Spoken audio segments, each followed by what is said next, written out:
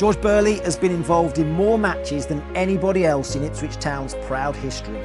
He enjoyed 22 years at the club, 14 as a player, mainly under Sir Bobby Robson, and then 8 as the manager himself. My former boss remains one of the most influential characters in our club's history. And while his new book, All to Play For, covers his time as a player, it's his incredible reign as our manager which is in focus. It was a special time that I am immensely proud to have been a part of. Full of images and covering every aspect of the club, it's a totally comprehensive review of George's 8 years in charge from 1994 to 2002.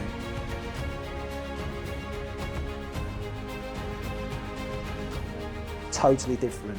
I just think it's a brilliant concept, a great idea, and as I say, I'm really looking forward to getting my hands on a physical copy now, because you can see all the glossy pictures that we've got in front of us here, but once it's all together, it'll take pride of place. I've got nice memorabilia from my career, and this will add to it as well. So it's something that I'll love showing to my children, grandchildren, if I ever get any. But yeah, it's just a brilliant concept. You were made aware of how special this club was by George.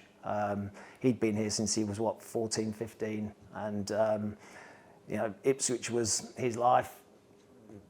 And you knew that, you could feel it. That the football club is special, and George and David Sheepshanks did a really good job of nailing that message to the players as well, making sure that they knew how incredibly lucky we were, really fortunate to play for this football club. And so yeah, the love of the football club from George was definitely something that you knew the moment you met him.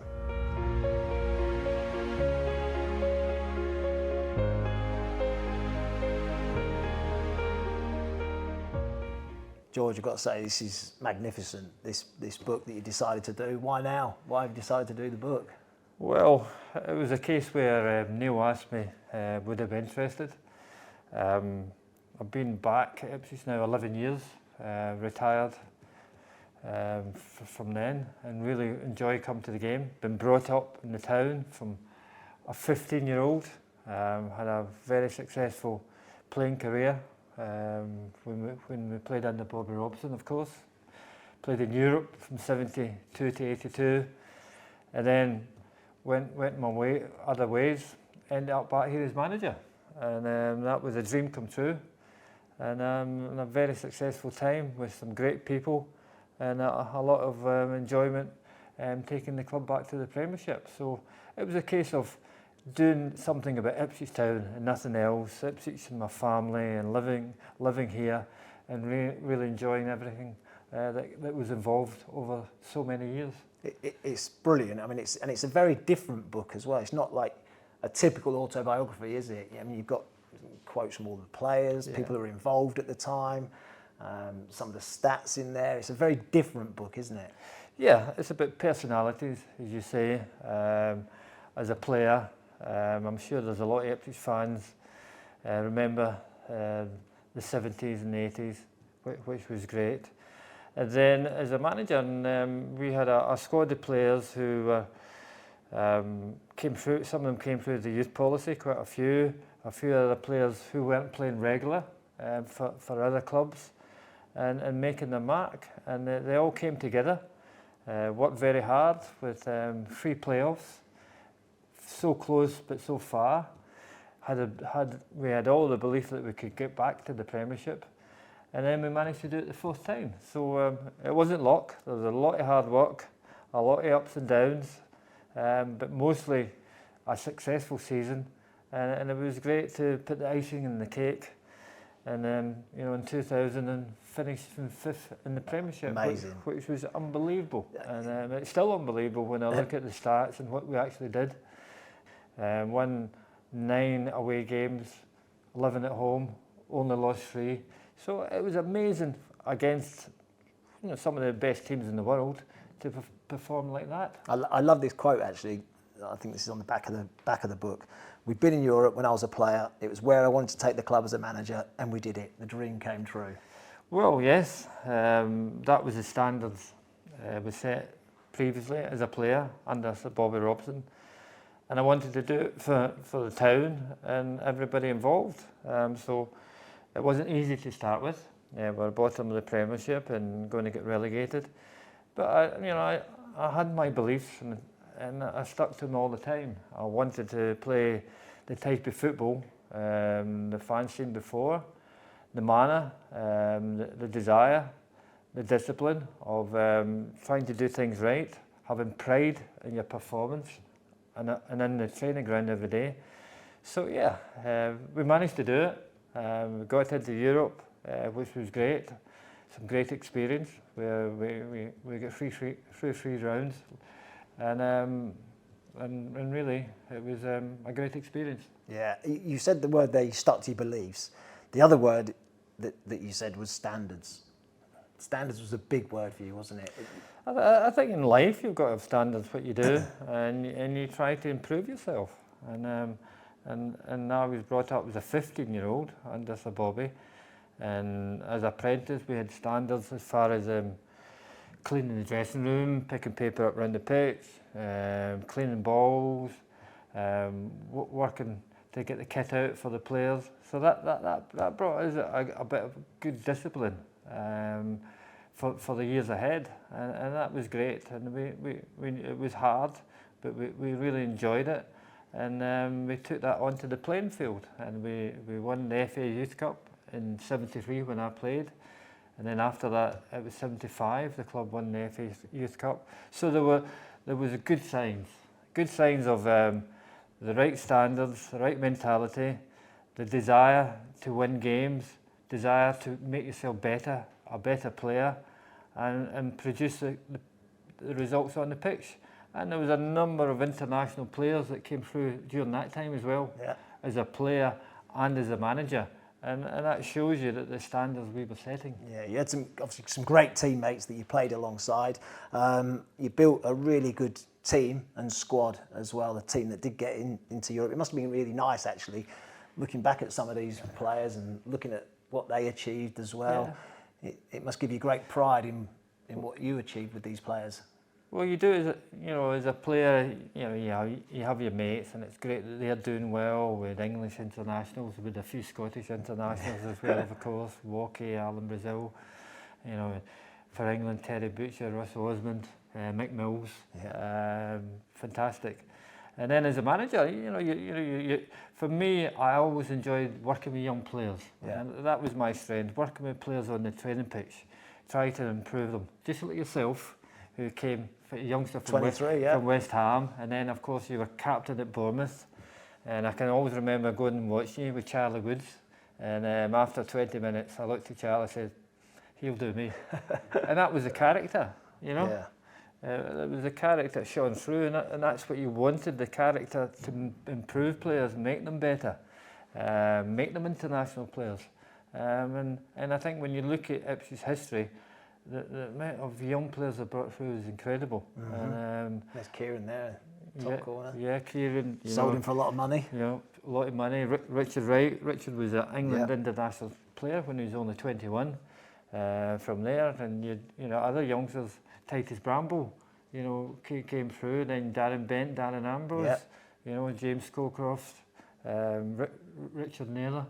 So you're talking about a lot of players from the youth policy that came through, and it was great.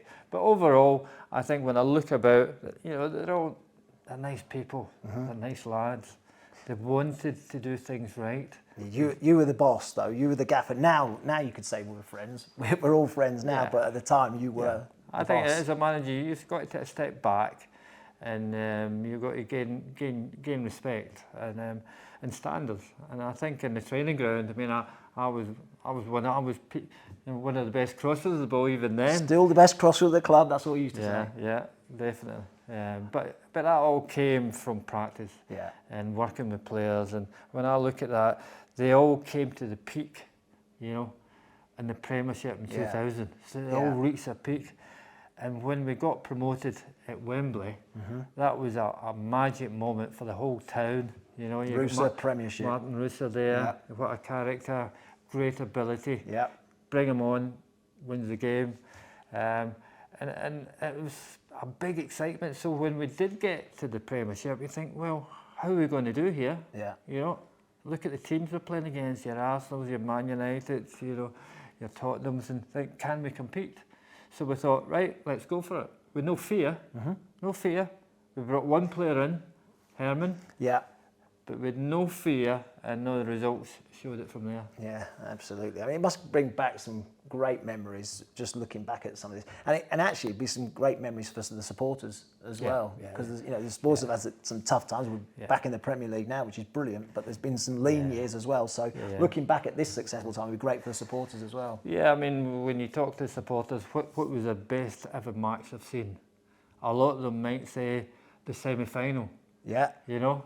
The Jim Magilton hat-trick, you know, extra time at Portman Road. But I think a lot of them will say Wembley. Yeah. That moment when we were through. How many fans did we have there that day? Because everyone says I was there.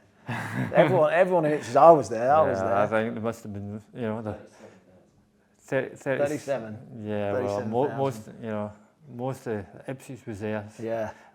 But I think the excitement, because we came so close and we actually got there, but you know, at Wembley, it couldn't have been a better way to do it. No. And then, you know, and Martin Rooser scored in that late goal just to seal it relief, all. You know, we've done it. I can remember jumping up with Dale, the assistant, who's passed away, and that moment it stayed in my mind for the rest of my life. Brilliant, yeah. You talk about characters. I mean, Dale was brilliant, wasn't he? Yeah. Absolutely brilliant and sadly missed. Ipswich Town just means the world to you, doesn't it? It's been my life. I can remember coming down with one other Scottish boy, a lad called Kenny Taylor, and it was great and it was exciting because my mum and dad didn't want me to go, but they couldn't stop me. They said, okay, go for it and see how you go. And it went terrific. And, you know, apart from nobody didn't understand my accent, which has changed a lot, you know, over the years. It's softened. It softened. Was great. And then to make my debut in 1973, at Old Trafford against George Best. I don't think easy start. I don't think it comes any bigger than that, and really played for the next 15 years, you know, at the club, making 500 appearances as a player. And how many as a manager? 413. There you go. So 913 games. And all in the last 11 years watching the club as well and living here. Yeah. So it's been part of my life, and you know, married, you know, here 46 years to Jill. So it's been my whole life, and it's something I really enjoy, something I want to see. I've got my grandkids now training with Ipswich Town as well. Brilliant. Age 6 and 12. Wow. So it's a new generation. Superb. So time goes on. But I haven't changed. No. My standards, if I'm watching I know. You know that's the way I am, and I've still got that belief in things you do, and you get out of life with what you put in, you know. And I'm very happy. I put most of my life to Ipswich Town, and they've been fantastic to me, having a great lifestyle, great family, and really still enjoying coming now to the Premiership. I mean, Kieran's done an absolutely fantastic job, and it's gave everybody a lift, and that's what you need in the town, and it's certainly really enjoying it. Well, the evidence of your career and time at Ipswich is here. It's right in front of us. I've already ordered my copy, so I'm looking forward to getting a signed edition. But good luck with the book, George. I'm really looking forward to reading it. Great. Neil, this is all your work. When did you first have the idea of putting this book together with George? Well, funnily enough, I probably had the idea about 25 years ago when I was working around the club at the time, working on things like the merchandise catalogues, which you tended to... It's football. Yeah, and it's football, things that you tended to get involved with, Matt. And at the time, I instinctively felt that what was going on was an incredible football story that would one day be told. So I kept everything and I remembered everything. And luckily enough, that time has come for that story to be told, and I've been fortunate enough to work with George and all of the great players and David Sheepshanks and the people around the club at the time to tell it. So it's been an absolute privilege to do so, and I'm just absolutely delighted with what we've managed to do. Brilliant. Looking forward to reading it. Thank you.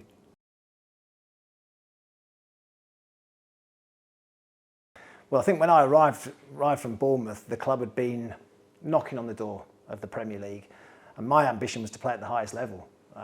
Players against the best players, against the best teams, week in, week out. And I knew that Ipswich under George was a team that were going in the right direction. It didn't take a lot of convincing. There's a few clubs interested when I was at Bournemouth. The club was in financial trouble, and but as soon as I met George, they came down to the Royal Bath Hotel in Bournemouth. Honestly, I had maybe an hour with George, but within 2 minutes, my mind was made up. I knew I wanted to come to the club, and I remember going back to see my wife and saying, "Have you ever been to Ipswich?" I said, "Because we're going." And I knew as soon as I met George that I wanted to be here because it was a club that was ambitious. George was ambitious, and I wanted to play at the highest level, and so that was my ambition really. Absolutely love the book. It's bringing back some great memories. You know, obviously, George's time as a player highlighted in the book. Obviously, my era is very much in this because George was the manager in my time here. Seeing some of the names in the book, the players that I played with, the teammates that I played with, all great characters, all good friends, and it's just bringing back some great memories, some great photos, some great quotes, some great stats from the season when we finished 5th in the Premier League. Just reading some of those a moment ago, it's just some great memories. As I say, I've already got my order in, so I'm looking forward to getting my signed copy from George. When we finished 5th in the Premier League in 2001, George was awarded the Premier League Manager of the Year award, and rightly so. He remains one of only 12 people to have won that prestigious award, which just goes to show what a legend he is. This book really is the perfect tribute to him and what the club achieved during those great days. All to play for. Order your copy today at georgeburleybook.com.